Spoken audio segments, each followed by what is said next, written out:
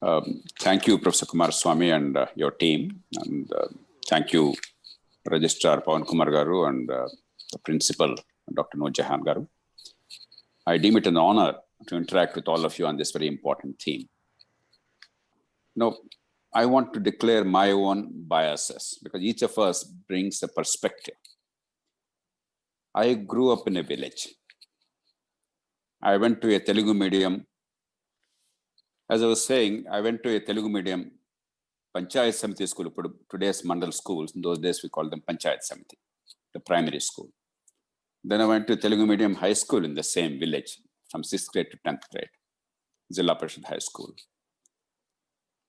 My generation benefited immensely. Though education was not yet universal, enrollment was not universal. At least those who went to the school, a significant proportion of them fulfilled their potential. There are tens of thousands of kids who grew up in that era who are now playing a very prominent role all over the country and the world in various sectors. When I go back to my school where I studied, and I keep going back over the past 40, 45 years, I left school way back in 1969. That is 51 years ago. I was 13 years old at that time. When I go back to that school or any number of schools, I would have visited literally thousands of schools in the last 30, 40 years. When I visit a school, I actually spend an hour, 2 hours with the children. I ask searching questions. I try to spend some time teaching. So these are not superficial observations. When I look at those schools and the kids in my shoes today, 50 years later, things should be infinitely better. But things are infinitely worse.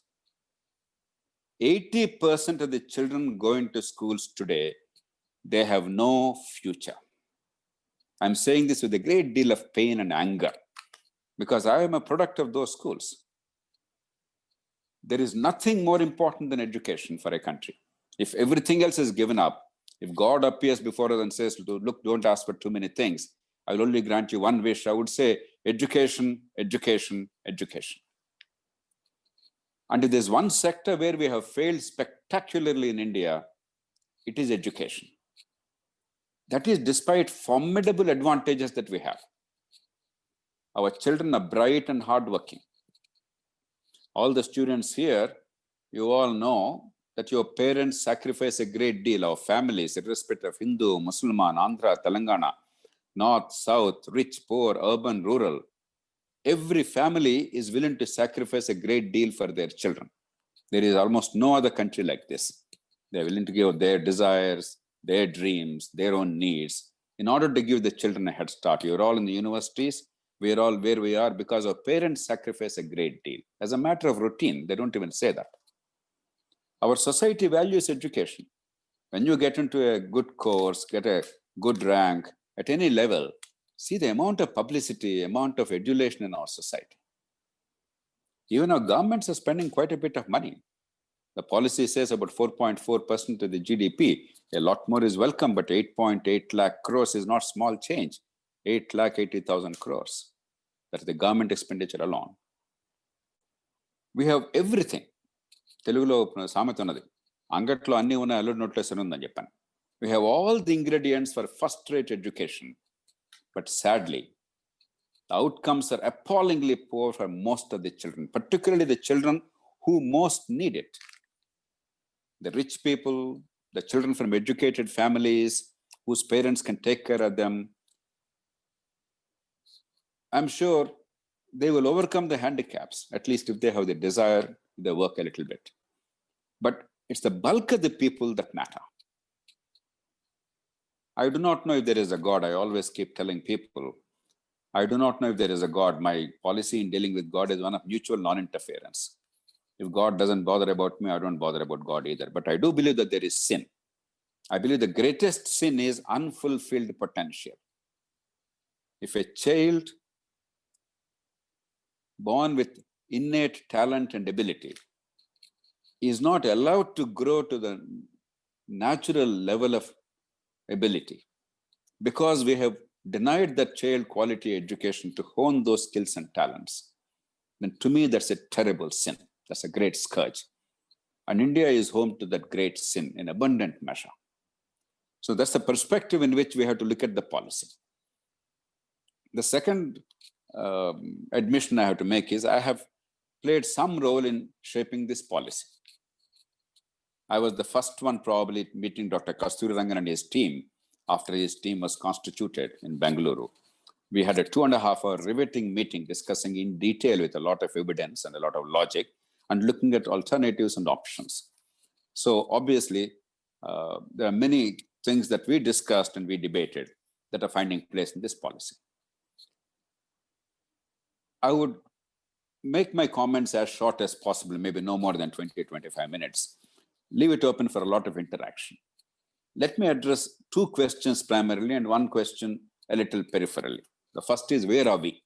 Why am I making these sharp comments that our education has failed? This is a very sharp comment.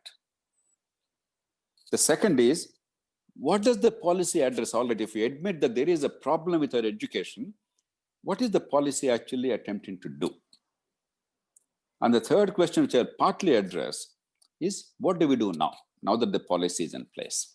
And then we'll have interaction. I'm sure all the bright young people, the students and the faculty, you all have a lot of questions, a lot of ideas, a lot of concerns, a lot of experience. First, where are we? You know, it's very common for us to claim credit when a Satya Nadella becomes a Microsoft CEO, or a Sundar Pichai becomes a Google CEO, or Indra Nooyi, or somebody else. Obviously, the best in our country are comparable to the best in the world, because in terms of intelligence, culture, history, tradition, we are not inferior to anybody else. But a nation's accomplishment is not decided by the best alone. It can be judged by the average. And there we fall woefully short. Any number of surveys, the first survey of this kind was released in 2005, ASSER survey, Annual Status of Education Report. In fact, I released that report in 2005 in Delhi Constitution House, along with Montek Singh Ahluwalia, the then Planning Commission Deputy Chairman. Both of us released it. Since then, I've been following very carefully ASSER surveys. I've been participating in them. They make extremely depressing reading about school education. That survey is a very crude tool, very honest tool, but a very crude tool. It does not even look at critical thinking and conceptual understanding and application of knowledge. It only looks at, can you read? Can you do a subtraction? Can you do a division? That's all. Not even when do you do it? How do you do? Why do you do it? Even by that simple test, the findings are extremely depressing across the country, in all the districts of India. 25% of the kids in India in 8th grade cannot read a 2nd grade level passage in any language. 40% in 8th grade cannot do a simple subtraction, 2-digit subtraction, 75 minus 46. 60% cannot do a division, 3-digit by a single digit, 365 divided by 7. Year after year, district after district, all over India. There is a survey called Pisa survey, Program for International Students Assessment. This is for global comparison of educational outcomes at school level at the age of 15. The rich countries, OECD countries, started this to compare among themselves. Then they extended it to the rest of the world. Other countries voluntarily participated. Here, the measurement is a little more sophisticated. Not merely can you read and can you do arithmetic. They actually look at communication and comprehension in language. Do you understand? Do you know how to communicate? Mathematics, conceptual understanding and application of concepts. Science, logic. Because all science is logic. Can you derive conclusions from the given facts or observed facts? So, real education, but not complicated, not rote learning. A good 7th grade student must be able to do well. A bad MSc or MA will not do well. India participated in that survey. Out of 74 countries or entities, I don't want to go into details of that, countries versus entities. We can take it as countries for our purposes. India stood second from the bottom. Let me repeat. Out of 74, we stood at 73rd. We are lucky that a country called Kyrgyzstan was on that list, because they got the bottom rank and we missed the bottom rank by that whisker. Then I went to town.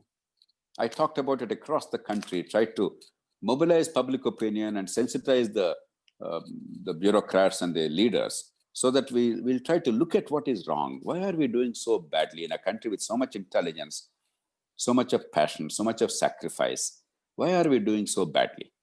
I hope that we would look at it. The response of the government was stunning. I expected the government to challenge these reports and say, no, we are actually not doing badly. That can be verified. Or say, all right, let us see what we need to do to improve education. But neither was the response. The government said, henceforth, India shall not participate in Pisa surveys. Like an ostrich, if you bury your head in sand, do not even compare yourself with other countries. You can pretend that you're doing very well. This happened in 2009. Since then, 11 years later, we have not participated in the PISA surveys. Only recently we announced that we will participate, but only select schools, Jawahar Navodaya Vidyalayas and Kendriya Vidyalayas. Even now, we don't want to expose our average to the competition. Let me give one more evidence. When surveys are done between 14 and 18 years of age, that means more or less you finish school, between 14 and 18, 25% between 14 and 18 cannot read in any language now in 2020. 50%, a good half of them, cannot look at a watch and read time. My watch shows 43 minutes past 10 o'clock or 17 minutes to 11. Now about 70-80% are able to say it's past 10 or close to 11. But 10:45 or 10:43, only 50% of the youngsters in India are able to say in 2020. Basic life skills are missing. 50% cannot go to the market and measure the weights. If you want to weigh, let us say, 2.5 kilos of brinjal, they do not know how to put 2.5 kilograms on one side of the balance to accurately measure or accurately weigh on the scale. Basic skills, and we expect to create a great society or to eliminate caste or to give opportunity or to enhance incomes or provide employment to these people who unfairly, for no fault of theirs, they are denied the opportunity to fulfill their potential. There is a humongous tragedy in the country. I want us to understand. A totally unnecessary tragedy because of our colossal neglect and failure. Because there is no other tool to promote equality, equity, dignity, to eliminate caste, to end poverty, to create employment. Everything else is bogus. This is the key. That's where we are. And higher education, when school education has failed so much, there is no way on those weak foundations you can build a great higher education. While we have 24 crore children in schools, government and private, 50% of them in government, 50% in private roughly, and the private school children number is growing because people have lost faith in government schools. But the private schools are not doing much better either. They're marginally better. Out of eagerness, even the poor parents are sending their children to private schools, paying a lot of money disproportionate to their income, but overall outcomes are very poor. We have 3.7 crore youngsters in colleges and universities. But again, 80% are useless. I can tell you with great pain and with total honesty that a large number of our university graduates and postgraduates cannot even measure up to the standard of a school graduate in most countries. For no fault of theirs. They simply are not given the opportunity. We have inflated grades, we have rampant mass copying, we have rote learning, we have pretense of education and certification, we have no real learning. Now, what does the policy attempt? I will quickly list some items in school education, university education, and conclude. First of all, what should a policy do? If a policy is a pious declaration of intent, we will give education to everybody. That's not a policy, it's a slogan. And we have been giving slogans wonderfully in this country. There is no country which is better at sloganeering than India. A good policy is not a slogan. A policy must actually create the institutions and the instruments to alter the incentives so that the outcomes are generated. Mark my words very carefully. You must create the institutions, the incentives to alter the outcomes. If our outcomes we desire as a society are that a kid at 10th grade must have this quality irrespective of economic status and caste. The child must fulfill her potential. The child must learn these things. We must enable the child to learn in a stress-free atmosphere, without rote learning, without mass copying, an understanding of the world around her, the skills to deal with the world. And at college level, these are the following skills we require. These are the following knowledge we require. Then the policy is about creating the institutions and instruments and altering the incentives and making that happen, not making a declaration that we will do it. We cannot judge a policy by the pious intentions. In that sense, so far we have failed spectacularly. Well-meaning laws and policies, take for instance, Right to Education Act, a much talked about law. Well-meaning law. Good people with good heart started that, but it's a terrible law. I'm using harsh words so that I can provoke you into thinking. It talks all the time about enrollment, which is absolutely necessary. But enrollment is to impart education, to ensure that the minds are stimulated. There is not even a single time mention of the word outcomes or learning levels. Not even one word. It talks about the length of a classroom, the breadth of a classroom, but not about how much the kid has actually learned. That's no policy, however good the intentions are. So what does this policy do to address these things? First, there is a very welcome focus not on curriculum, syllabus, lessons, but learning levels. Foundational level, what should we learn? And a clear timetable and targets. Then school level, then college level. Very clear understanding of what needs to happen. The second is evaluation. When the demand side is very strong, in India, as already mentioned, the demand side is very strong. Everybody wants education. If there is one thing that unites all Indians across our length and breadth of the country, beyond caste, region, religion, language, it is our love for our children and our desire to give good education to them. When the demand is so strong, the failure is because we have defined success narrowly, badly, and measured success badly. A terrible examination system, a disgusting examination system, which is meaningless.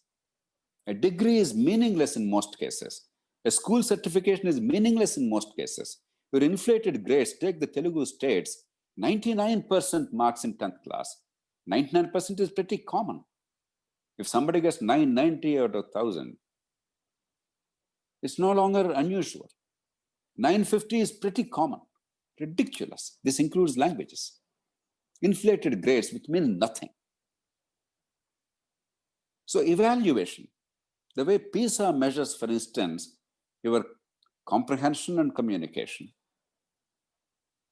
your conceptual understanding and application, and your logical faculty and deriving conclusions. and critical thinking. So that measurement, stress-free, it's not about mugging up. It's not about last-minute pressure, midnight oil. It's about actually understanding and applying in the joy of learning and making a difference to the world and dealing with the world, ability to deal with the world. So that clarity has come in this policy. And instruments are created, how to go for the testing boards, and so on and so forth. I don't want to go into details. The third is, there's a clear separation between regulation and management. Today, the regulator also is the manager of government schools. First of all, they are doing very badly in government schools. They want to regulate private institutions, and there's massive corruption. I'm a medical doctor by training. There's a simple principle in medicine. Physician, heal thyself. First, you take care of yourself. If you can't manage your schools, how can you give bhashans to others? So they separated these two functions.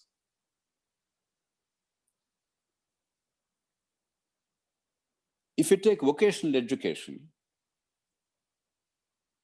as the policy document mentioned, in the United States, 50% of the youngsters, they are imparted very high quality skills so that they're ready for a job with a decent and honorable income with dignity. You take Germany, which has excellent programs of vocational education and training.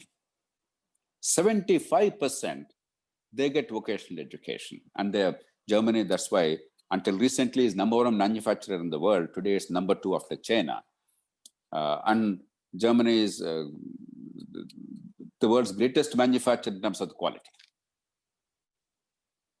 If you take South Korea, another great manufacturing giant, 96% of the youngsters, they have vocational education. China is moving towards 50% vocational education. India has 5% vocational education. We are the only country where there are more doctors than nurses. More important, more engineers than ITIs and polytechnics. And we treat vocational education as very inferior. And we don't give opportunity for you to move from vocational education to the formal degree education. That is now sought to be corrected significantly. And mechanisms are created in this policy in considerable detail. Teacher training, there's a radical overhaul that is now proposed. Roadmap is given. Clusters. 140,000 schools in India, and government have fewer than 30 children. There are actually schools, and I came out with the details in the Andhra Pradesh Assembly about 10 years ago, and the whole house was stunned. At the height of Telangana agitation, when the house was not functioning because of the data that I marshaled, and it was struck a chord among all the MLAs of all parties.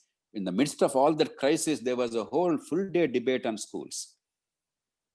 As I revealed that day, there are actually schools in this country and in our state where there are more teachers than students enrolled.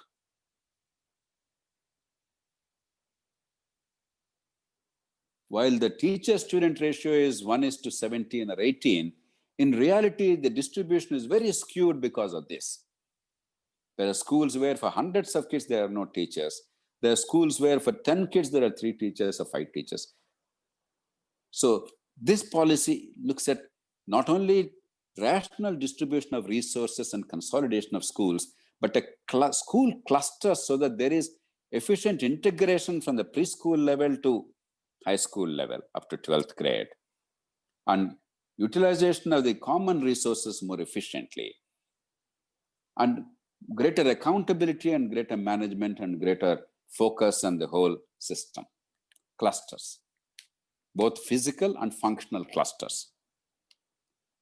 Light and tight regulation, instead of giving a very tight regulation, making it a license raj and scope for corruption. Light and tight regulation, both in school education and university education. It also came up with a very rational, very balanced approach to this whole vexed issue of language, Telugu medium or English medium. Quite rightly, we all want English. There is not a family that does not want their children to learn English. or in English. But what is the roadmap? If you, let's say, this webinar, let us say, somebody from China gave a fantastic address, but he spoke in Mandarin language. What is the use? How many of us will understand? Your vice chancellor will not understand, your registrar will not understand, your principal will not understand, your head of the department will not understand, I will not understand. So the issue is the child learning? Is the child grasping? How do you enable the child to grasp the concepts and build the linguistic capability and then move towards English? A very balanced approach in a flexible way, giving flexibility to states. And finally, in school education, community participation. Education is not the business of only the students and the teachers and the DUOs. It's about the community. In India, everybody, every civil society organization, every bright youngster who has done very well in education, every alumnus of a school or a college, and every philanthropist, they all want to really help education. Now, if you want to do something to improve education, you are a mendicant. Whereas this policy involves the community, gives it a role, very effective role. I wholeheartedly welcome all these elements. Quickly about higher education, all these, the points apply, for instance, evaluation, examination system, etc. But large, as the registrar pointed out, the large multidisciplinary universities, there are 50,000 colleges in India. A large number have 100 students. Most have single discipline. It's a joke that you call them colleges. A university or a college education is a multidisciplinary approach. Adequate numbers, infrastructure, intellectual and physical, and a vibrant atmosphere for cross-fertilization of ideas. Instead, we have some factories. So multidisciplinary universities, faculty and institutional autonomy. The teacher and the institution will get the freedom. The UGC or somebody else will not decide every day, breathing down your necks. And when the ISB was being built in Hyderabad, a great institution for management, when they sought UGC recognition, UGC said, no, you don't conform to our norms. We don't give you the recognition. They said, no, thank you. We are okay on our own. Now, ISB is one of the top management schools in the world. And the UGC recognized management schools are nowhere in the world. So we made this whole regulation a joke. There's no autonomy. As a part of that light and tight regulation I mentioned, and unified regulation except for medical and legal education. Assessment and curriculum, I mentioned to you already, radical change in assessment and examination system.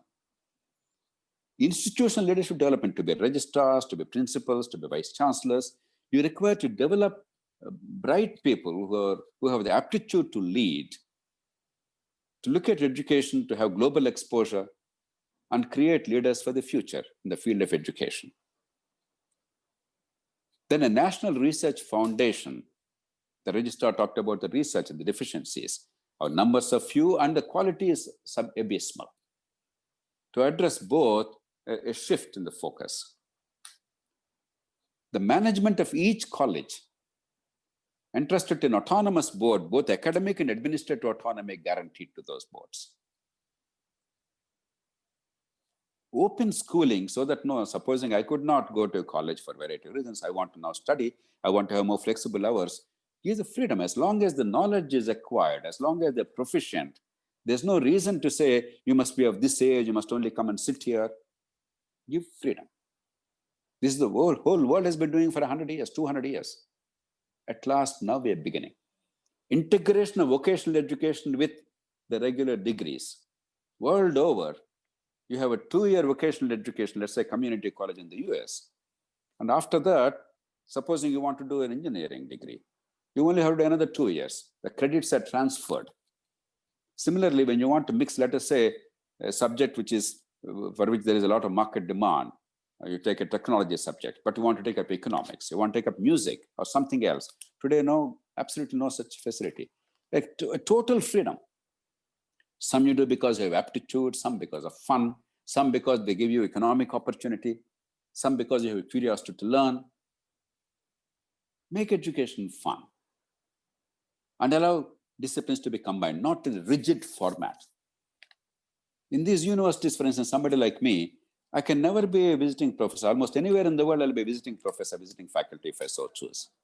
But in India, we made a rigid, utterly insane system, which is ineffective. And we have to break out of that. We have to focus on outcomes, quality, ability, transfer of knowledge, critical thinking, problem solving, and value to society. And for all these reasons, I believe that this policy provides us a viable roadmap to improve the quality of education. It's long overdue.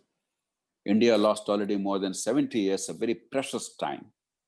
We should have done something like this 50, 60 years ago. I remember when I went to China some 15 years ago, Chinese were admiring Indian higher education because they did not know about our higher education failings. I knew about it, but obviously I would not tell a foreigner about my problems. I kept quiet. They were admiring because they thought their higher education was not good enough. But today, China is top of the game in higher education. In 15 years, they have become world-class now. By a variety of means, they put money, they got the best talent in the world, they encourage the best institutions to establish the institutions in China. They did whatever it took. Now China is next only to the United States in the overall research and patents and all that. And it's now generating knowledge, not only borrowing knowledge, but also creating new knowledge now.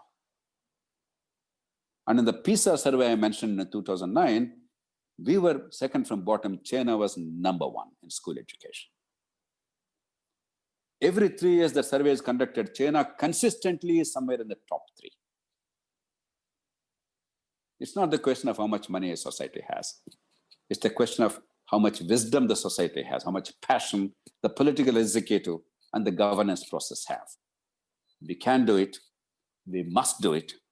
Our future as a country, our economic prosperity, our hopes of creating equality of opportunity, our desire to eliminate caste and caste discrimination, all discrimination by birth, and our desire to give opportunity irrespective of the origins, and our desire to create employment to the 1.3 crore, 13 million young people who are joining the job market every single year. All these depend on this one thing, quality education. And if we do a good job in the next few years, it will not happen in 1 day, 1 month, 1 year. It will take 3 to 5 years to have some significant impact. Within 10 years, we can significantly, radically alter the outcomes because all other factors are in place. But we all have to do our job. The teachers, the universities, the parents, the students, the civil society, all of us. There will be a lot of detailing required. Each of us must be able to apply our thinking caps because it's very easy to ask for autonomy. It's very difficult to actually utilize autonomy. If somebody gives a direction, you can simply follow orders blindly and then complain and criticize. But if you're asked to lead and make a choice, that's when it requires real guts and real ability, real innovation, real leadership. So we all must lead at each level, from a primary school to a high school, to a classroom, to a college, to a university. At each level, we must learn to lead, learn to take chances, learn to think afresh, learn from each other, and learn from the best practices in the world. But at all times, remember the only one outcome. The kids in our care must fulfill their potential. Their birth must not become a disadvantage to them in life. They must have the opportunity irrespective of economic status and caste of origin. And our kids must be world-class, average, not merely the best of the kids. Once we have that clarity, I think we have the instruments in place and the resources we are spending. More money is welcome, but I don't expect it to come, though policy said we'll give more money. But honestly, I don't think that is a key issue. With the available money, we can make huge things happen. And I'm saying with the deepest sense of responsibility. Let's make that happen. And I'm sure this generation of youngsters, if you focus on this for your generation and for your successors, this country will be far more welcoming, far more just, and far more fair. And we deserve for our children to create such an educational edifice. Thank you. I welcome your questions. Thank you. Thank you very much, sir.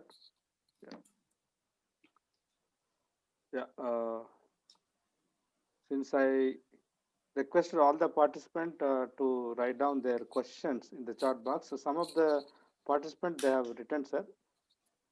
I'll just read out, you can respond.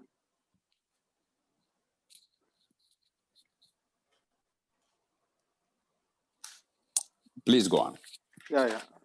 There's one question by one of the participants by name Sham Sundar. Good morning, sir. Will the current CCE policy continue after implementation of NEP 2020? Please explain, sir. It's a continuous comprehensive evaluation. You know, one of the problems with our country so far has been, we've been experimenting too much. Each new minister, new director, new commissioner wants to appear to be doing something dramatic, and we're messing up. CBSE started the comprehensive continuous evaluation program some years ago. But foolishly, after some years, they withdrew it. What is the idea? That each student's progress and learning levels are monitored and measured, and conscious efforts are made to improve the quality of outcomes for each kid. And the evaluation is not based on one day's stressful examination, but continuous comprehensive evaluation. But because the burden on the school teacher is a little more, because you have to monitor each child and have maintain meticulous records, obviously there's some resistance, and promptly they withdrew it. Now, once this new policy talks about a radical overhaul of the evaluation system and a flexible evaluation, not one stressful examination, but multiple opportunities to improve, it implies that several models, including CCE, will be institutionalized. And that is necessary. If everything depends on those 3 hours and what you mugged up in the last 3 days and last 3 years question papers, that's meaningless education. So this policy gives a lot of emphasis on evaluation and the nature of examinations and a lot of random tests and testing boards, etc. And I think that whole emphasis is absolutely welcome. It not only talked about it, also attempted to create some institutional mechanisms to make that happen. We should wholeheartedly welcome. It doesn't mean just because we have a policy, everything will happen overnight. A lot of hard work needs to be done by intelligent people and experts. For instance, to set an intelligent question paper, like a SAT examination or ACT examination or a Pisa test, it's not easy. It takes a lot of effort. To do the kind of question paper setting that we do today, it's an easy thing. It's an idiot's job. We are doing the idiot's job today, frankly. So a lot of people have to put in a lot of work, think hard, and have passion and love for the kids. So that effort has to go into that. This policy gives that opportunity.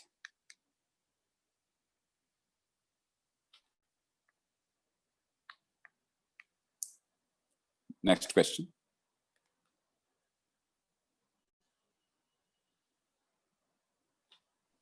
See, another question by Sweta. She wrote, in NEP, there's a lot of importance on autonomy. It will lead to corruption.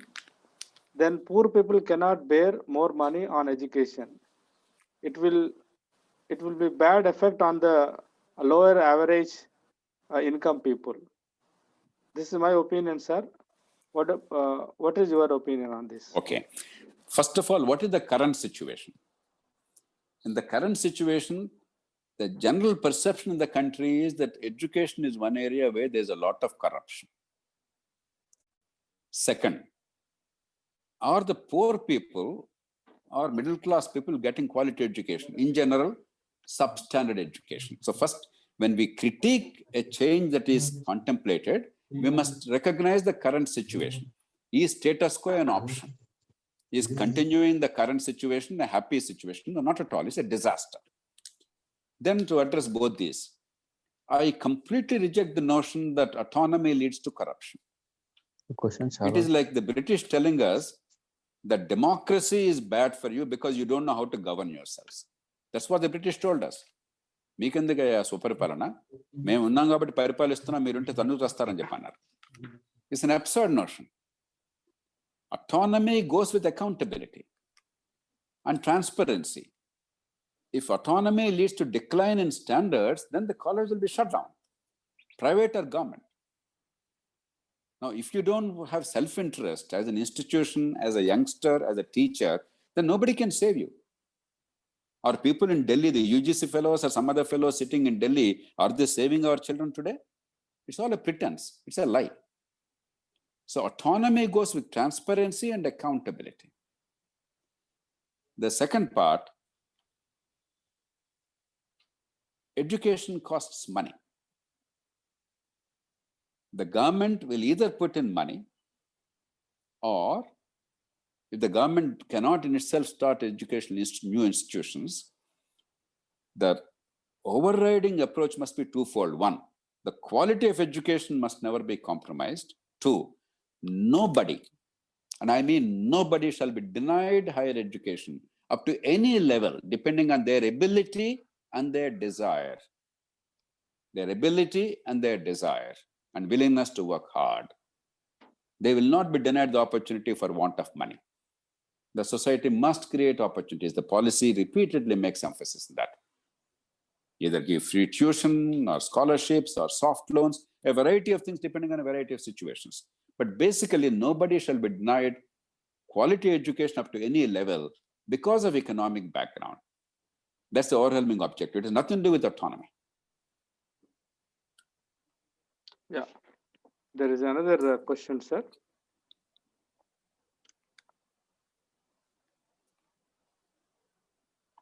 One minute, sir. Just a minute.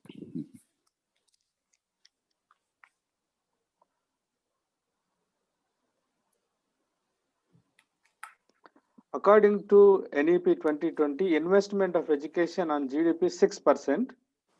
In this situation, in India, is this possible, sir? The short answer is no. For decades, we've been talking about 6%. Sir. But the 6% number itself is questionable. I'll tell you why. Sir. 6% presupposes that most of the children are going to public education. Because of the destruction of education system, a majority of children are moving towards private education.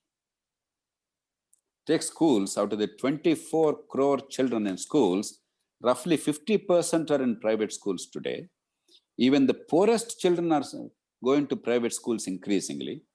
Even in the last 10 years, when we spent lakhs of crores on school education from the government and government schools, there is a 45% increase in private school enrollment. There is a 20% decline in government school enrollment. And who are the new kids? The net increase in the kids going to private schools, these are the poor kids, because the rich and middle class already left for private schools long ago. Now, in that backdrop, the primary objective is not to put more money. The primary objective is to make the money that's already being spent work for the children. Focus on outcomes. Given that, I don't think 6% is important. If money comes, I welcome it, but I don't expect it to happen because we're in a fiscal crisis. There are other sectors which are hopelessly underfunded. Take healthcare. India is among the worst in spending and outcomes both. In education, we are not the worst in spending. Outcomes are bad. Therefore, given that fact and given the general fiscal stress and the COVID-related crisis, that is merely a slogan, like every government slogan. I don't take that seriously, but that's not important. You can actually provide quality education at 4.4% of GDP from the government if you design the institutions and the incentives right. And that's what the policy aims to address. So there is another question which is more or less related to your response, but there is one interesting point that one of the participants point out, sir. Dr. Suresh, he said, I think without resources, we cannot improve the quality of education while governments are failing to spend 6% of GDP. How can we achieve such lofty objectives? No, I think, that's a wrong argument. You know how much money is spent on school education in Andhra Pradesh and Telangana? Can you make a guess? Per child, we are spending 80 to 90,000 rupees per year in government schools. For the 66 lakh children in government schools in both these states, the governments are spending 55,000 crores. So to say that we're not spending money, we are talking in air. 50% kids are in private schools, please remember. In fact, I am arguing that the poor children in private schools also must be funded by the government, and we can fund them with the money available if you redistribute it properly. Yeah. More money is welcome, but that because there is no money, we're not able to improve education is a lie. It is a lie, simply. Many people believe it in a well-meaning manner, but they're not examining it critically. That's not the truth. More money is welcome. I'm not opposed to that. But lack of money is not the cause. When much less money was available, the quality was much better. So I don't believe that, my God, we didn't spend 6%, therefore we can't get education. It's an absolute lie. 80,000 rupees per school education per year per child is a hell of a lot of money. That is almost equal to the per capita income of India. There's almost no other country that's spending that kind of money on school education related to per capita income. There are many schools that are providing good quality education at 25,000 rupees per year. I know, I have seen them, scores of them. So more money is welcome, but that's not the key constraint. We must erase it from your minds. Yeah, sir, I think the Delhi model clearly shows the relationship between public expenditure and quality education. We have already discussed enough. I have given plenty of evidence. I can cite more and more evidence. I am saying more money is welcome, but more money doesn't guarantee outcomes. Last 10 years, we spent lakhs of crores extra, but outcomes actually deteriorated. Yeah. Do you want more evidence? Go by evidence. Go by evidence. Don't go by intuition. Go by evidence. Go by logic. So there is one important question by Rajesh. He is asking, sir, can we believe if this policy implemented reasonably in a good manner, does it really going to help the rural children to get the quality education? Absolutely. See, good education helps primarily whom? The rural people and the poor people. The rich people and the urban people, particularly urban rich people, you don't require to have a policy. They'll take care. They will have their own schools. They will manage somehow or other. They will put money.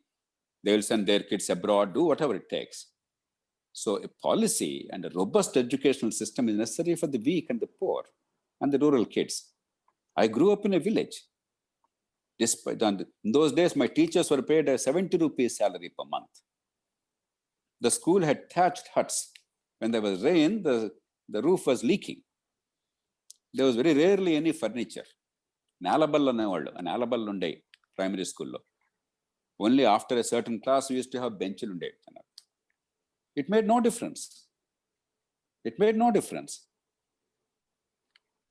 Good education provided by the government or by a sound policy is primarily necessary for the poor and for the rural kids. Otherwise, you don't have to bother. For the rich and the well-heeled, they'll take care of themselves, their own children. You don't have to bother. That's why I'm saying, as long as they're taking care of their children at their own expense, let's not bother about 6% or whatever. It's not important. Even today, higher education, the best benefits are going to the rich people. When the government is spending enormous money in expensive institutions, better institutions, who are the ones benefiting? The rich and upper middle class families. So don't worry too much about the money. You focus on the improving the quality of outcomes of the poor and the middle class, lower middle classes, and the rural people, and spend whatever you can, but spend wisely and well. The rest will take care of itself. Thank you, sir. So there is another question by our OSD to the Vice Chancellor, Dr. Madhusudan Reddy. when we look back to our history, we were best in education with world famous universities like Nalanda. Then where did we lost the quality string? Was it losing independence for more than 200 years under British rule, where we were ignored of a quality education? We know it takes more time to regain our status, but what are the immediate steps need to be taken at school level to have strong foundation, and at university level, what are the issues to be addressed, sir? Dr. Masoon Reddy, you're right. We had the world's oldest universities. Nalanda, Takshila were more than 2000 years old at the time when university was not known globally. But if you take universities today in the world, Oxford is 1,000 years old. Cambridge is 800 years old. Many universities in Germany are 1,000 years old. 1,000 years old. They're continuing. Harvard is 400 years old because America is a young country, relatively speaking. Whereas our understanding today is just because they give some 10 crores an order and give a GO, a university is created. Universities take generations to nurture. That's why instead of building more colleges, creating more universities, building a culture of learning and enlarging them is more valuable. If you go to MIT takes in every year more equal students, the equivalent number to all the IITs of India together. Our approach is to create more and more IITs. No, enlarge an IIT, because to create that culture, that atmosphere, to bring that kind of brain power, the advantage of synergy, multidisciplinary approach, it doesn't happen just because you create 100 institutions. Scale is very important. Time is very important. The culture you create, the team you build over a period of time, the leadership you develop is very important. There are historical reasons why India declined in education, and it predated British. No, we blame everything on the British. But to be fair, we lost steam by 1500, and the West started rediscovering itself with the Renaissance around 15th century and 16th century. And then by 17th, 18th century, they got industrial revolution. We missed the bus at a critical time of relooking at all this and systematizing the ancient knowledge available, building on that, experimentation, scientific method. We missed the bus. We were resting on past laurels. Even today, oftentimes we talk about our great hoary past, how we had Pushpak Vimana, or how we had some fantastic nuclear weapons, etc. We have to actually build on the ancient knowledge and the current knowledge. China in 30 years, 20 years has built on the existing knowledge and is now creating knowledge. So always talking about a glorious past is not enough. While we must have pride in our past and our culture, and I yield to none my pride in our past and our culture. We are a great country with a great history and civilization. But what matters is what are we doing now, not what we have done then. So we have to, luckily, China has shown us the way. In today's world, you can leapfrog. You can very quickly make up the lost ground. 25, 30 years ago, it was inconceivable that China would have 5G. It would be leader in 5G. Or it would be a leader in maglev transport, or in bullet trains, or in construction engineering. Today, in all these fields and many more, China is not number 2 or also it's number 1. 30 years ago, it would have been inconceivable to think that our mobile phones would be better than American phones. Our mobile phones are better than American phones today. We can leapfrog. So we can quickly make up, but if we do this right way and very swiftly, with great passion and dedication. Thank you very much, sir. There is another question by Guguloth Balaji. Respected sir, we are blessed to have your class, sir. Sir, world is running on English medium and communication skills. In fact, 90% of the jobs decided based on the individual communication skills and fluent English. Besides this, NEP 2020 is introducing again to teach the mother tongue. Then how the students can cope up with English in middle of the schooling? that is after 5th standard. Can you respond, please, sir? All of us want English. There is no doubt whatsoever. When I speak in Telugu, I mostly speak in Telugu today also, because there would be people who would not know Telugu. I'm speaking in English. Otherwise, I speak in Telugu whenever I address all Telugu audiences. But I actually think in English. Though I grew up with Telugu as mother tongue, and all my schooling was in Telugu. Over a period of time, all my learning, my communication, my interaction has been in English. And therefore, I think in English and translate instantly into Telugu. So obviously, I would love English, and I would like every child to pick up English and the ability to think and to apply and use English language. But, and this is important, in our so-called English medium schools, what is happening? Let's be truthful. A non-English knowing teacher is teaching a non-English knowing kid in English. The teacher doesn't know English, the kid doesn't know English, and he's thinking he's teaching in English. What's happening? There is simply no conceptual understanding. This policy is not talking about teaching only that one language. It's saying any language that the child understands for some years.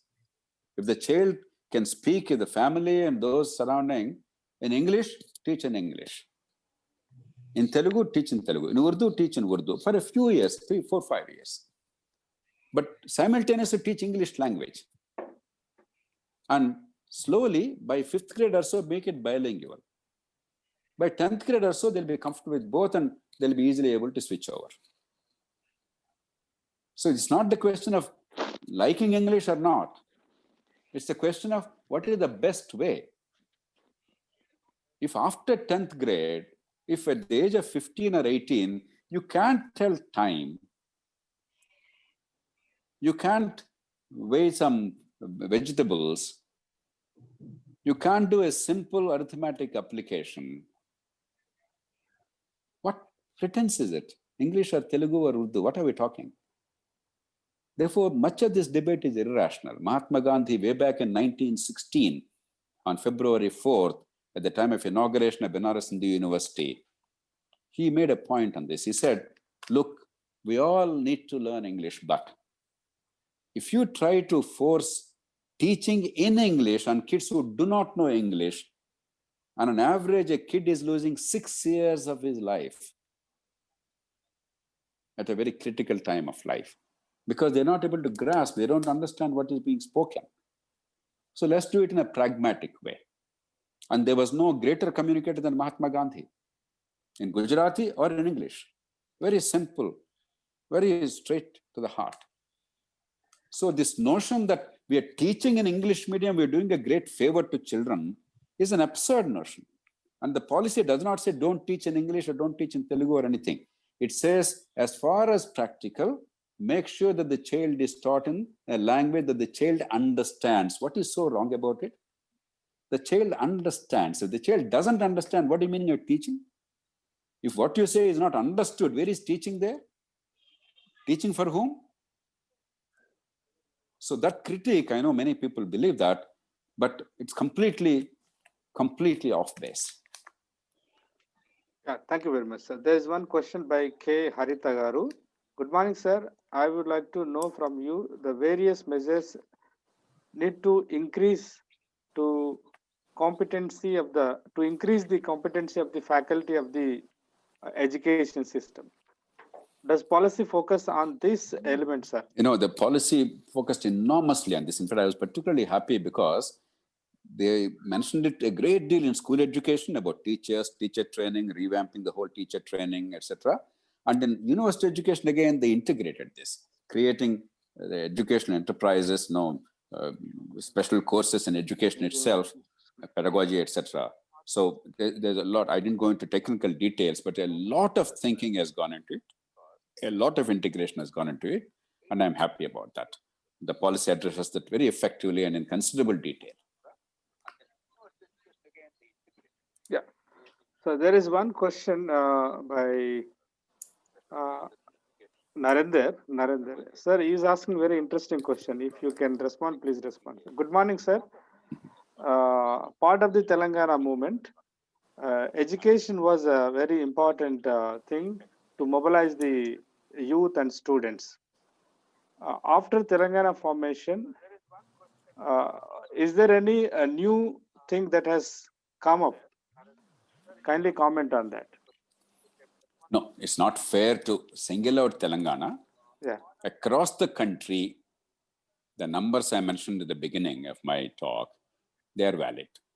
Our outcomes are abysmally poor at school level and college level across the country. If it's merely only in Telangana or only after Telangana state formation, I would have said, no, Telangana state formation is bad or good on account of this. It's not a fair thing. Across the country, our political class and bureaucracy have failed our education and our children. It's unrelated to whether Telangana is formed or not formed. Therefore, that must be kept out. That Telangana is weak in education, that Andhra Pradesh is weak in education, that Gujarat is weak in education, that even Kerala is weak incidentally. Though literacy levels are a little better, if you take actual educational outcomes, no state is good, trust me. And I'm speaking with authority on the basis of evidence. So we are doing uniformly badly across the country. Yeah. There is one response for your explanation, sir, by Suresh Anuganti. Sir, blending our ancient knowledge system with the modern knowledge is the need of our. But while doing so, we may face a challenge that while translating translating the Indian knowledge system, some may object that by saying that it is something deeply related to the religious in nature. So, delinking religious beliefs and ancient knowledge is important. To make it more sensitive and secular, what steps we need to ensure that no one should hurt by such feelings? In ancient knowledge, there are three elements in every society. You have religion, every society. For instance, poetry of a certain kind, many other things, they're all based on, obviously, the religious beliefs and other things. They play a significant role, particularly the more ancient, the more religious. Then culture, independent of faith, the way the society's traditions and culture and lifestyles evolved, and knowledge. Now, religion and perhaps even culture largely are about your languages, because literature essentially encompasses culture and religion, whether it's Shakespeare or Milton or Keats or Shelley or somebody else. Inevitably, the religious beliefs and religious idiom, all those things play a role, or Odyssey and Iliad by Homer or somebody else. The prevailing beliefs will certainly play a tremendous role in literature. Our own Mahabharata, Ramayana, or other, you cannot really separate literature from religion and culture in language and perhaps even understanding history, etc. But when it comes to science, there's no reason to mix these two. Let me give an example.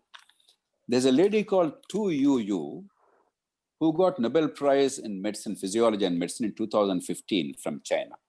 What did she do? She, along with a band of workers, she's a pharmacist. She worked on the Chinese herbal medicine and came up with a drug called artemisinin for malaria. Today, world over, artemisinin is the mainstay drug in the treatment of malaria. It came from the Chinese herbal medicine. Now, in India, for instance, in our own Ayurveda, our own traditional system, there are many remedies which are efficacious. After all, India is the country which discovered the first drug against leprosy, Chalmugra. Even during Buddhist times, it was known. Even in modern medicine, the first drug known against hypertension, blood pressure, is an Indian drug, Reserpin, from Rauwolfia serpentina, Sarpagandhi. There are many such things. But the problem is, unlike 2UU, we are not systematizing that knowledge. We are not developing that knowledge. We are not validating it by conforming it to modern standards. We are simply going by some old beliefs. That simply will not do. In the wake of COVID, there are 16,000 proposals made by some Ayurveda practitioners making some claims that this drug will work, that drug will work. Some may work, some may not work. We do not know. But we have not done work in validating. There is nothing like modern science and old science. There's only one science. what was believed to be valid at that time is no longer true. When mankind did not know the origin of the eclipses, solar or lunar, they believed in Rahu and Ketu. That was ancient man's imagination. Later, they came up with something else. Then at one time, we believed that Earth is the center of the universe. Then something else goes on. But that's not the permanent knowledge. Knowledge has to develop. It doesn't mean that they didn't know anything. For that time, that was advanced level. And that's why even today, the ancient people can actually tell us the tithi, the var, the nakshatra, etc. They can tell us the movement of the position of the stars and so on and so forth, because there is some understanding of astronomy, but not good enough, not to suit today's conditions. So unless you validate it, unless you apply that knowledge, if you go on making claims which are unverified and bombastic claims and very universal claims, that will not lead us anywhere. So there is a lot of treasure in ancient knowledge. There's no question, all over the world. But societies that are wise and smart build on that treasure of knowledge and validate the ones that need to be validated, that can be validated, reject those that cannot be validated. That is how societies grow. Merely believing that my ancient past was fantastic, everybody lived for 5,000 years, they were all very healthy, they were 20 feet tall, all this is fantastic nonsense. Sir, another important question by one of my faculty fraternity, Dr. Boomaya, and I also have the same idea, sir. Sir, education is in concurrent list. But yeah, there was some power outage. Am I audible? Yeah. Okay, please go on. Yeah. Education is in concurrent list in the constitution, but now union government made education policy and forcing the state governments.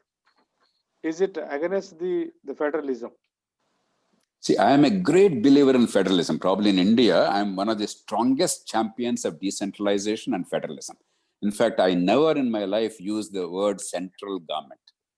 It is banished from FDR and Lok Sabha, union government. I'm that strong. I'm fierce about it.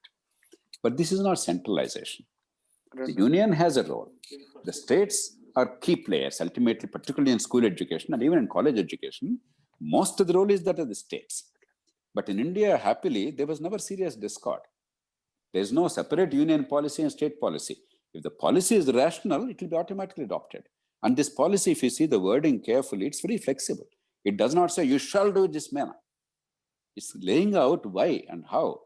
A very reasoned kind of an approach with enough flexibility and local initiative. And the overall architecture, so that there are some benchmarks across the country, that's what the union declares in its policy and tries to implement.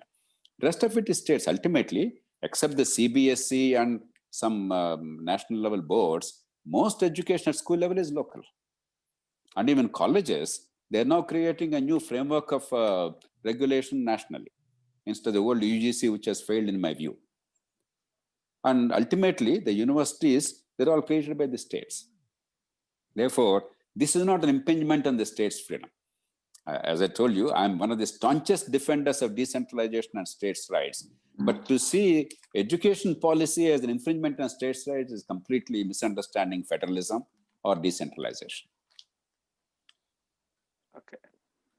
So there is, sir. Can I go ahead, sir? Or please.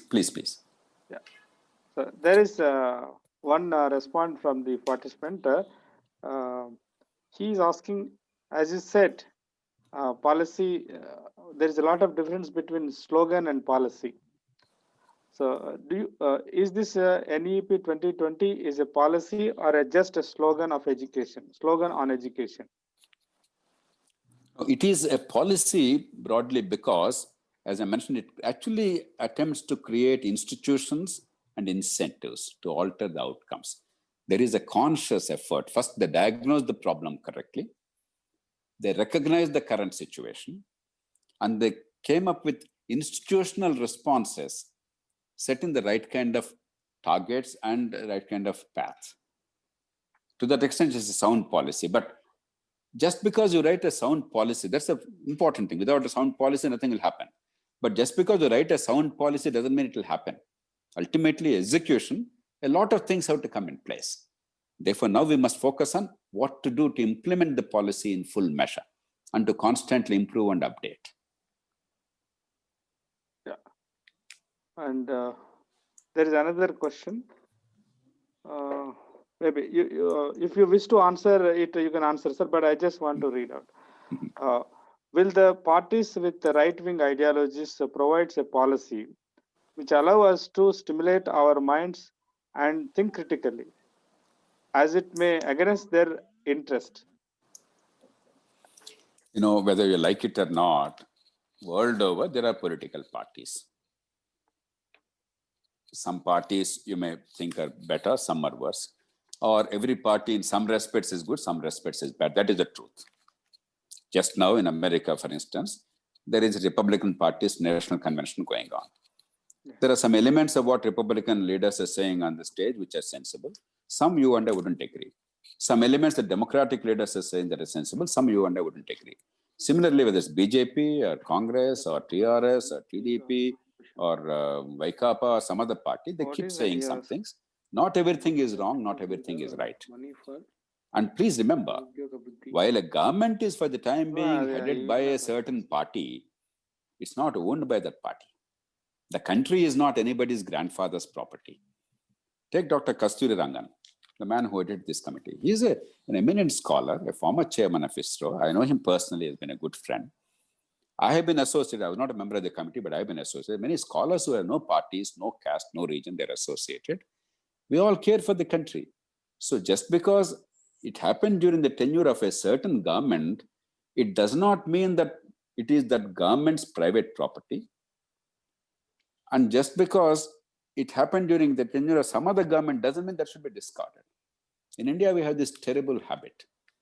Go by the content. Go by the logic. Go by the reasoning. Go by the conclusions. What is good? Adopt. What is bad? Reject. Not because of who is saying it, but because of what is said. Whether the reasoning is or not. Go by evidence and logic. And I am going by evidence and logic. If the same government at the national level comes up with another policy elsewhere where the evidence is badly marshaled, logic is all flawed, conclusions are bad, I would say this is wrong for the following reasons, not because Narendra Modi said it. So we must remove that. That's what education is. Politics happens, you like it or not, you vote whomever you want. Ultimately, somebody has to be in power. Somebody will be in opposition. How does it matter? Don't be too wedded to that. Go by each element individually, go by the logic and evidence. Otherwise, we will always have alibis for failure. In this battle for power all the time, the losers are the people of India. Whoever wins, we end up losing always. I believe that we must end up winning always. I don't care who is winning and losing in the battle for power.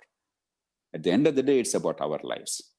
So if the policy is a sound one to improve the quality of educational outcomes for our children, it's good, welcome it. If it's insufficient, tell them what more needs to be done. If it's bad, tell them why it is bad and ask for and fight for something good. That's the right approach. Shall I go ahead, sir? Please. Yeah. Hello, sir. How it will helpful that conducting one entrance exam for getting admissions into many universities across the country after completion of degree? What is the impact of Hindi on southern Indian states if we think about one nation, one language? Thank you, sir. I am not in favor of one nation, one language. If in India, there's one thing our national leaders have acted with extraordinary wisdom and foresight is recognizing that each language is important. Language is the umbilical cord of a society. If you make a language a very hard issue, the nations would not survive. Take Sri Lanka, a tiny country, an otherwise very civilized country, in some respects much better than India, education, healthcare, infrastructure, etc. But for 30, 40 years, there was so much of strife and violence and bloodshed because they could not accommodate two languages, Sinhala and Tamil. Pakistan, that became independent along with us, broken from our country, could not survive as a united country because of language, Bengali versus Punjabi. 25 years they broke up. Belgium, a tiny country, smaller than many of our small states. is finding it difficult to form a government most of the time because there's a strife between two languages. They don't know how to accommodate them. The Flemish people who speak the Dutch language and the French-speaking people. Indian leaders were very wise.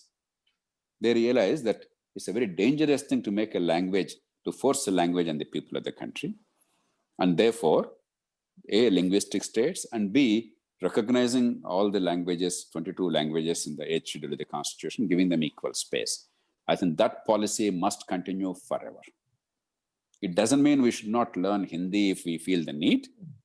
After all, we anyway learn Hindi because Hindi films, and you want to do business, let's say in the northern part of the country, you must know a bit of Hindi. And people in Hyderabad anyway, in Telangana, we all know a bit of, not very good Hindi maybe, but we know a bit of Hindi, Urdu, Hindustani. So that anyway will happen because of communication and interaction. But don't ever force a language. Okay. The other part, common entrance examination.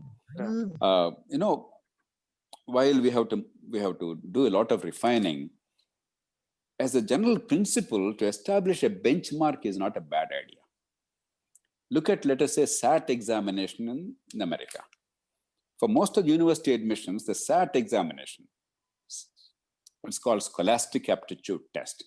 There's also another examination called ACT, a similar test of reasonable quality that measures educational outcomes without too much of stress. You don't have to mug up. It's not based on memory, but you really have to understand and grasp.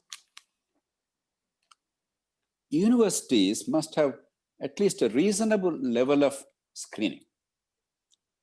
And what is expected of a university student in terms of school level understanding and learning outcomes is somewhat universal.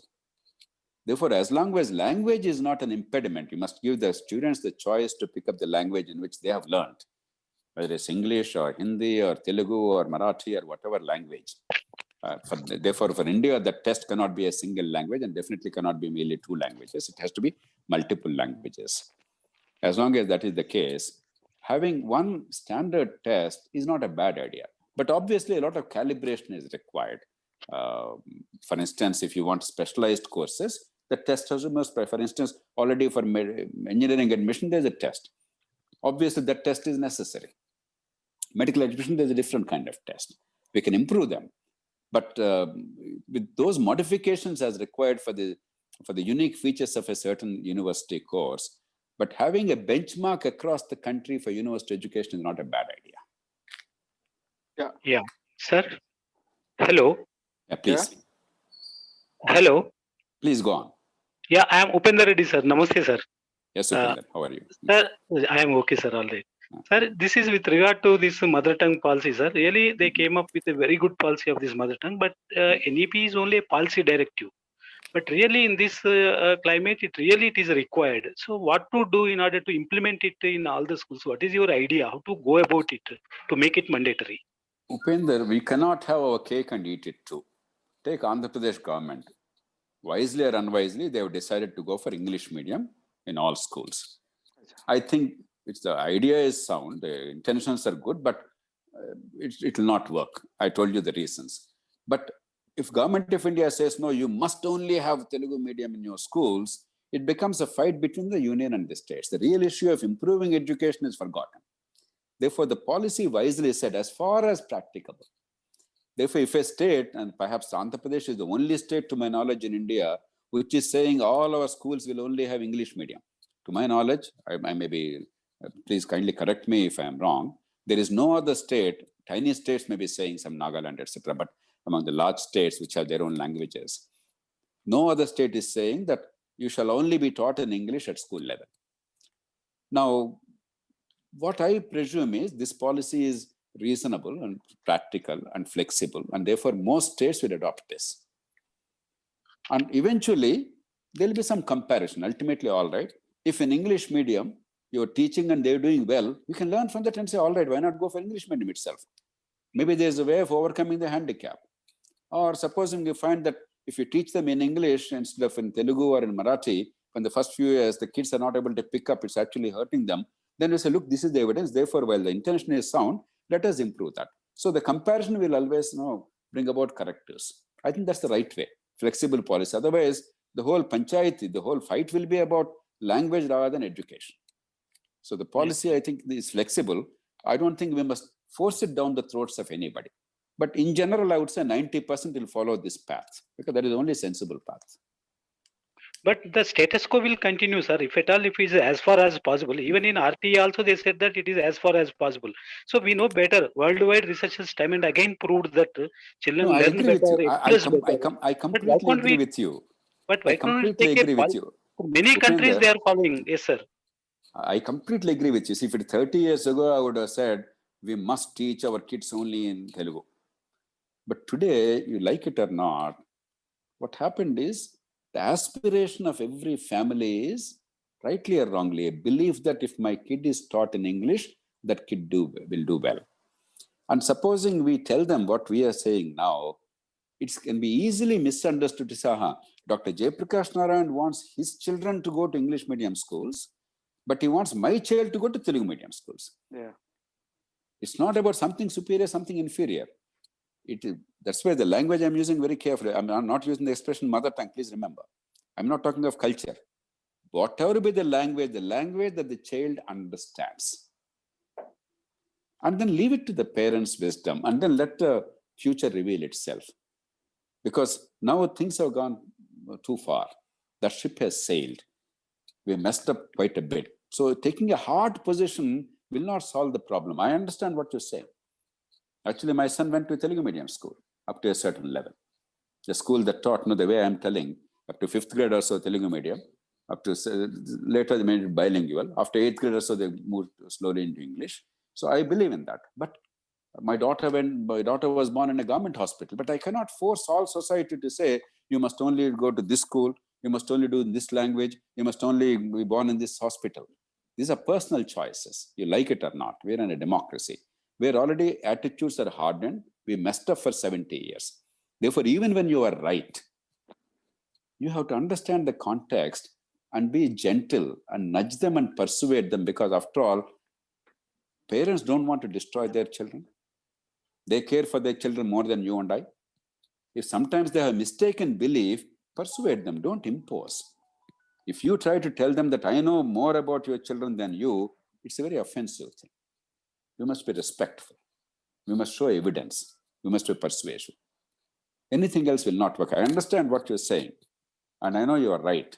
But even when you are right, in a democracy, unless you learn to persuade and make them see their best interest, by orders and dictates, more damage will be done.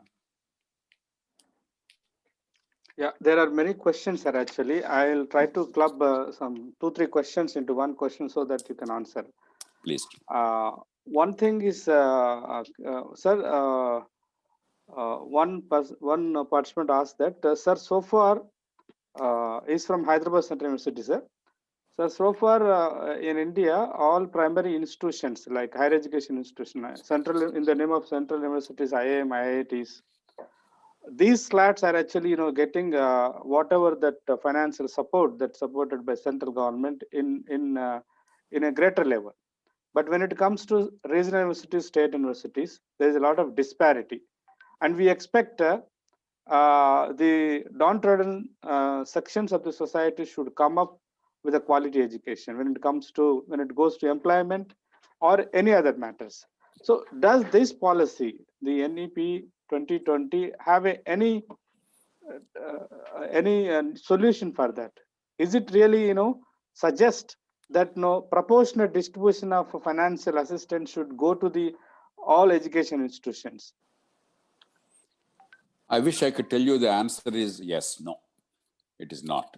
Because in a country which is poor, that's the difference between a poor country and a rich country. Even a rich country finds resources are not adequate. Even America or some other country always says, look, how do you find adequate resources for the sectors where it's needed? In a country like India, when the capital is scarce, money is scarce, we need everything. And a large country cannot ignore some sectors. We require elite institutions. You require high quality research. You require an ISRO. You require an atomic research center. You require some high level technical capabilities in some areas like Center for Cellular and Molecular Biology. And you require universities. You require IITs. You require the mainstream education. So you have to allocate. Ultimately, it will be inadequate. But such as it is, the policy tried to create a framework in which the supply and demand can be met, and the kids are not denied education of quality if they have the ability and the desire and the willingness to work hard. Sometimes public money will come. Sometimes it will come in scholarships. In fact, redeployment, for instance, if 90,000 rupees is spent on per child in school education, supposing it's possible to give children at 30 or 40,000 rupees per child by better deployment of resources, government or private, doesn't matter, but nobody will be bearing the burden of this education cost if they are poor, then that's all that we seek. I don't care if it's government or private. So you require that kind of nimbleness, that flexibility. I don't think there is a possibility of the government putting in more and more money. I wish I could say, let government put in another 5 lakh crores of rupees, but there's no money in the kitty. Truthfully, there are other sectors which are much more desperately in need of money. You take healthcare sector, we are spending only 1.3% of GDP, the lowest in the world among all significant countries. Education is spending 4.4%, while 6% is needed. World over healthcare, they spend 8 to 9%. In fact, healthcare expenditure world over by the government is much higher than education. In India, it's incredibly low. Every year, 5 crore people are becoming poor on account of healthcare costs or poor health. 5 crore people annually who were not poor earlier, according to our statistics, are becoming poor. So you require multiple sources. There are many, many demands on the money. I wish I could say, like any irresponsible opposition leader, bring more money, you're useless.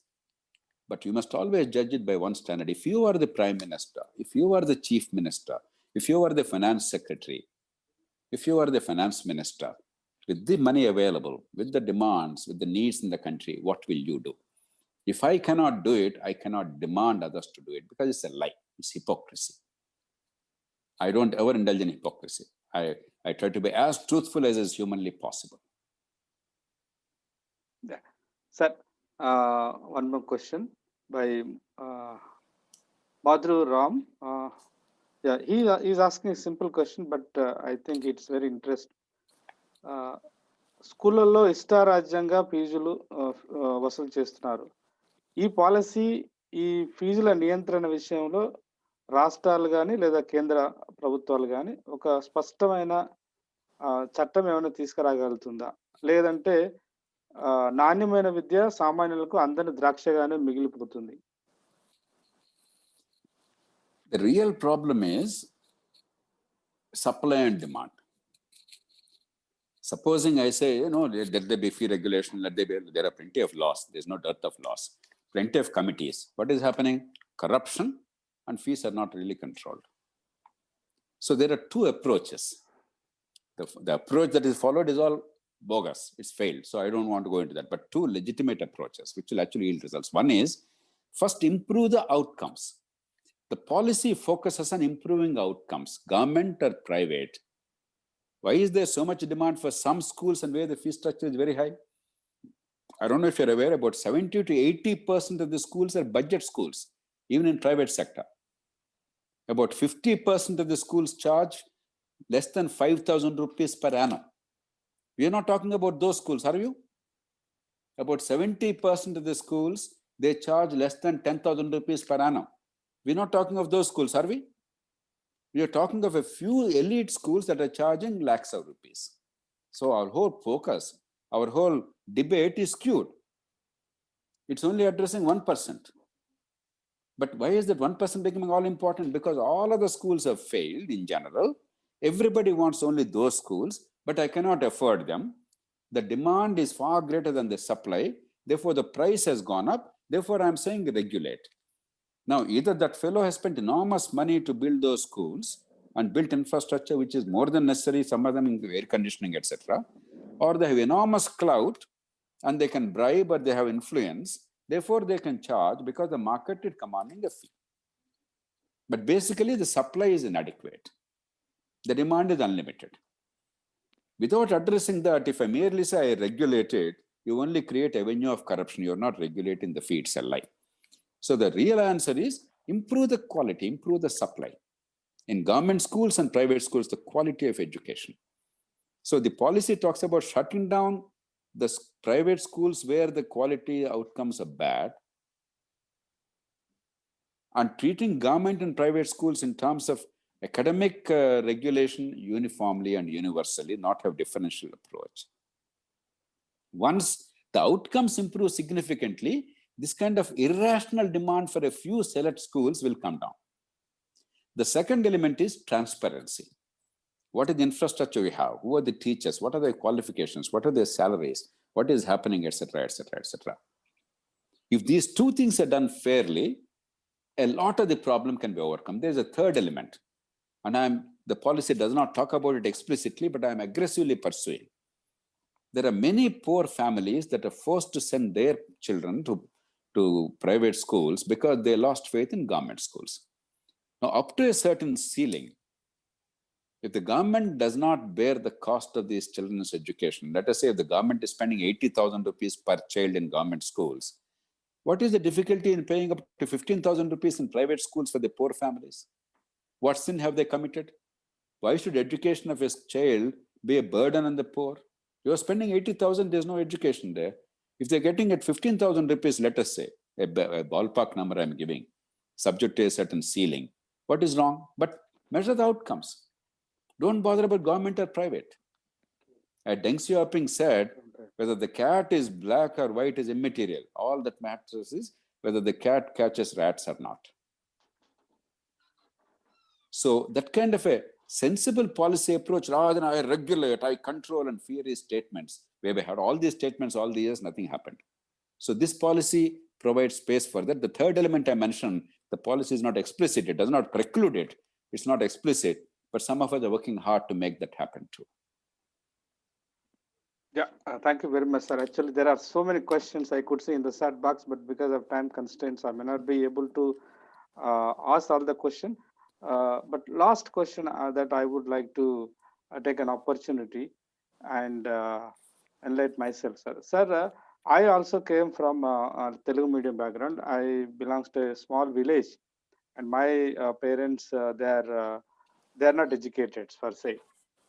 But I have studied up to my intermediate in Telugu medium, then studied in English medium degree and post-graduation. It's fine, but my question is, out of my little experience, I would like to, request, because your voice will reach to the nation at a larger level. My humble request to you, sir. Okay, I have a different opinion on the question of language and meaning of instruction. That aside, but sir, can we really think one thing is important to my mind, that whether medium of instruction in mother tongue or whatever it is, I think that knowledge or whatever the syllabus, the curriculum that is there, more or less across the India, it should be available in every language, at least that recognized languages, if not so that whether it is in Hindi or whether it is in English or whether it is in any of the regional languages, so that the students will have access to the same sort of knowledge, same sort of the curriculum.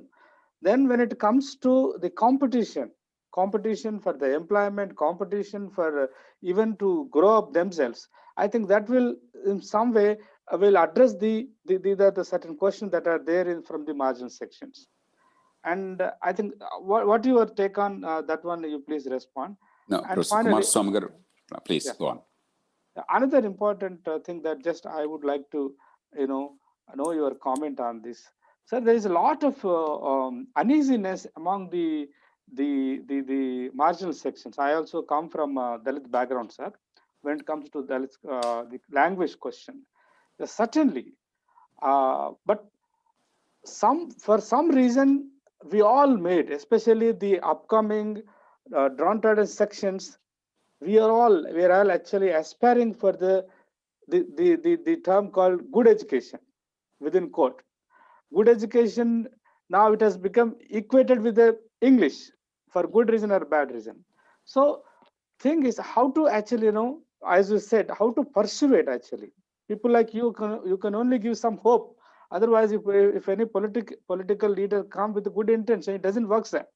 So it is all our responsibility to try to rationalize and then try to educate both sides. Please comment, sir. I think both are excellent questions, Professor Kumar Swami. First is creation of knowledge in language. Actually, that's, I think, a key requirement.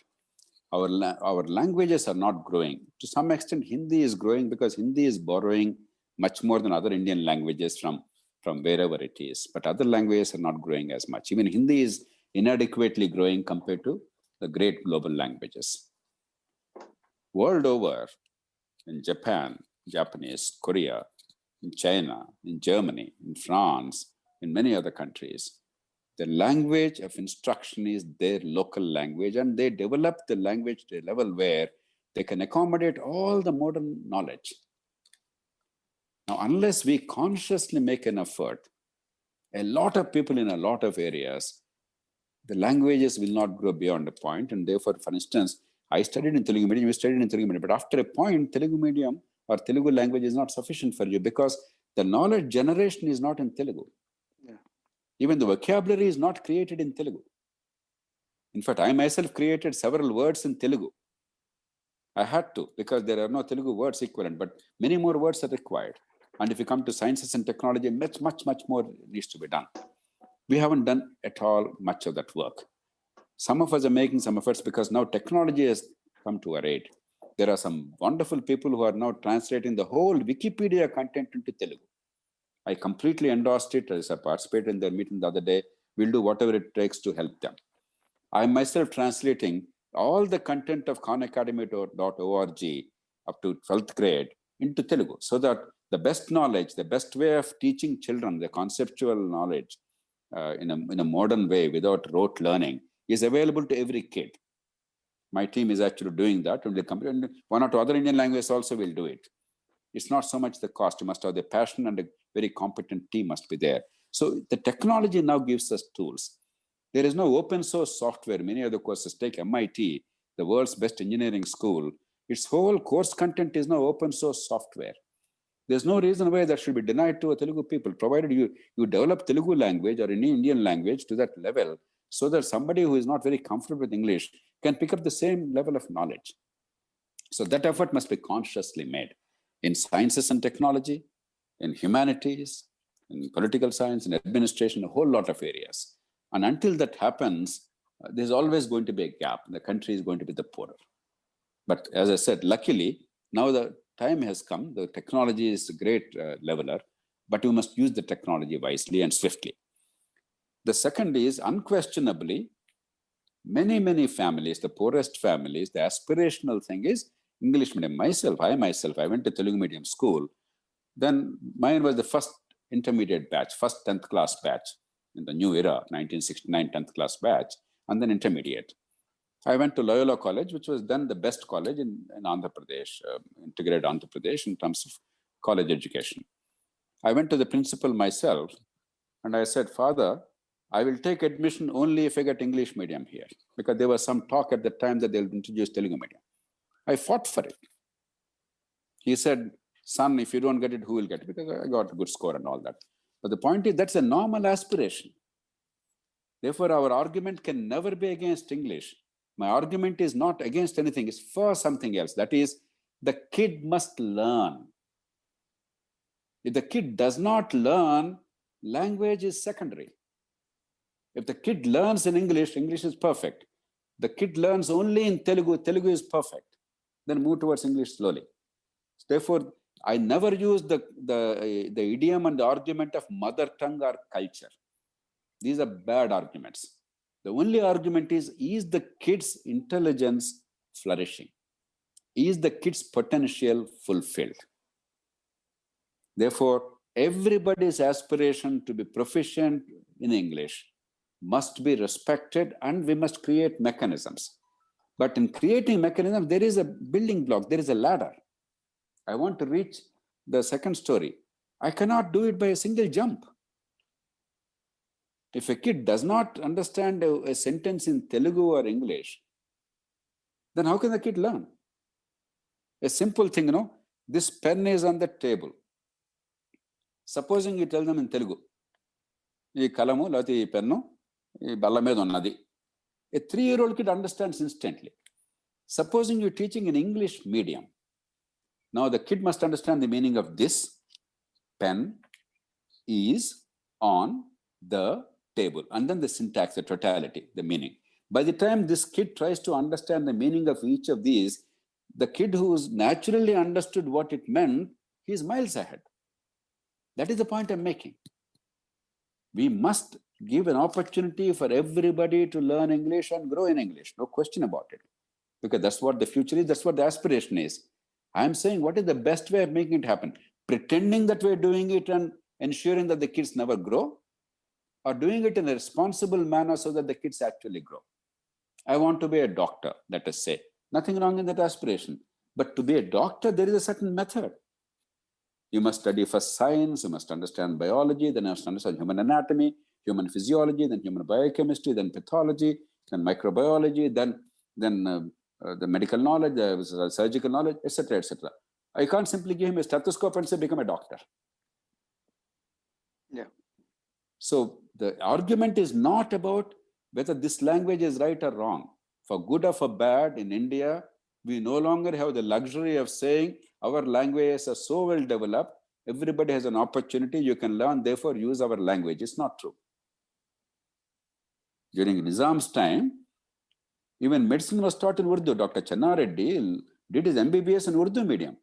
He was also a very proficient English speaker. In fact, I knew Dr. Channa Reddy very well. He was one of the most sophisticated users of English language. But he studied in Urdu medium, MBBS. The kind of work they have done to develop languages, we failed to do. Therefore, you like it or not, English medium is necessary as you go higher and higher in India today. But therefore, the first question you asked about improving the languages, developing the languages, allowing them to grow. The second, preparing the kids to be able to understand and utilize language. So it's not about which language, whatever the language, does the kid understand? And does the teacher who teaches understand? Even for me, when I went to intermediate, and I was by any means a reasonably good kid, I refused to mug up essays and all that. I wrote my own English essays and other things at school. Despite that, it took me several months to get adjusted to English medium. That's the truth. I'm not saying that effort should not be made. It must be made at appropriate level. Once you understand syntax, once you have a basic vocabulary, once you understand the language and the ideas flow easily for you, and the sequence of logic is easy for you, then you can learn in that language. Learning the language is different from learning in the language. If I can't easily, if the conversational flow I don't understand, if ideas do not flow, how do I learn in that language? I pretend that I learn. As I said before, if supposing somebody made this address in Mandarin language, he's a brilliant Chinese scholar, a Nobel laureate, but he spoke in Mandarin. Would any of us understand? No matter how intelligent, how smart, how well educated you are, how many degrees you have. So what's the purpose of that? If people of our background cannot understand a language we don't know, how can the small child understand a teaching in a language that the child has not learned? That's all I'm saying. So let's not make it an issue of rich or poor. The rich and the poor are entitled to get English education. But let's first teach them English and teach them how to learn in English before teaching them in English. The sequencing is all I'm urging for the sake of our children. Friends, there is no perfection in life. And just because a good policy, reasonably sound policy is made, there's no guarantee that it will yield results automatically. But a good policy based on sound reasoning, based on evidence of the past experience, based on international best practices, is a key to any kind of progress. And a good policy must create institutions, instruments, and incentives to create outcomes, because ultimately education is not about how many fancy degrees you have, or how big buildings you have built.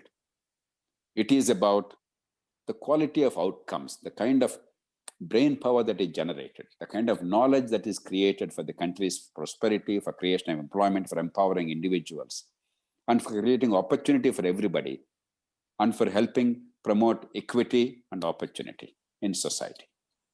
I think there is a reasonable framework here, But we have a lot of work to do. And we'll continue to improve. There's nothing perfect. There are elements there which are not satisfactory. And in a very complex country, in order to satisfy all people, there have to be some compromise. There's the art of compromise in a democracy. But I believe that there is a realistic chance. I don't say things lightly. I neither praise nor condemn people casually.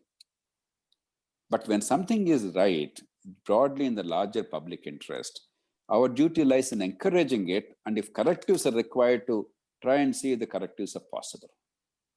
Let us all join hands at whatever level we can to work for this, because as the policy says repeatedly, good education is not the business of a vice chancellor alone, or a teacher alone, or a minister of education alone, or a DEO alone.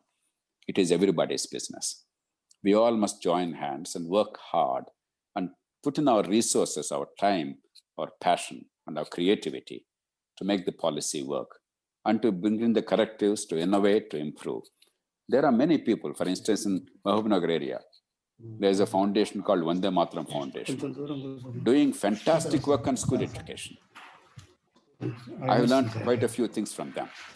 Peer learning is what they have actually perfected. And I have talked about this to Kasturirangan Committee. Now, in the policy, that peer learning also is included. So there's a lot that constantly needs to be improved.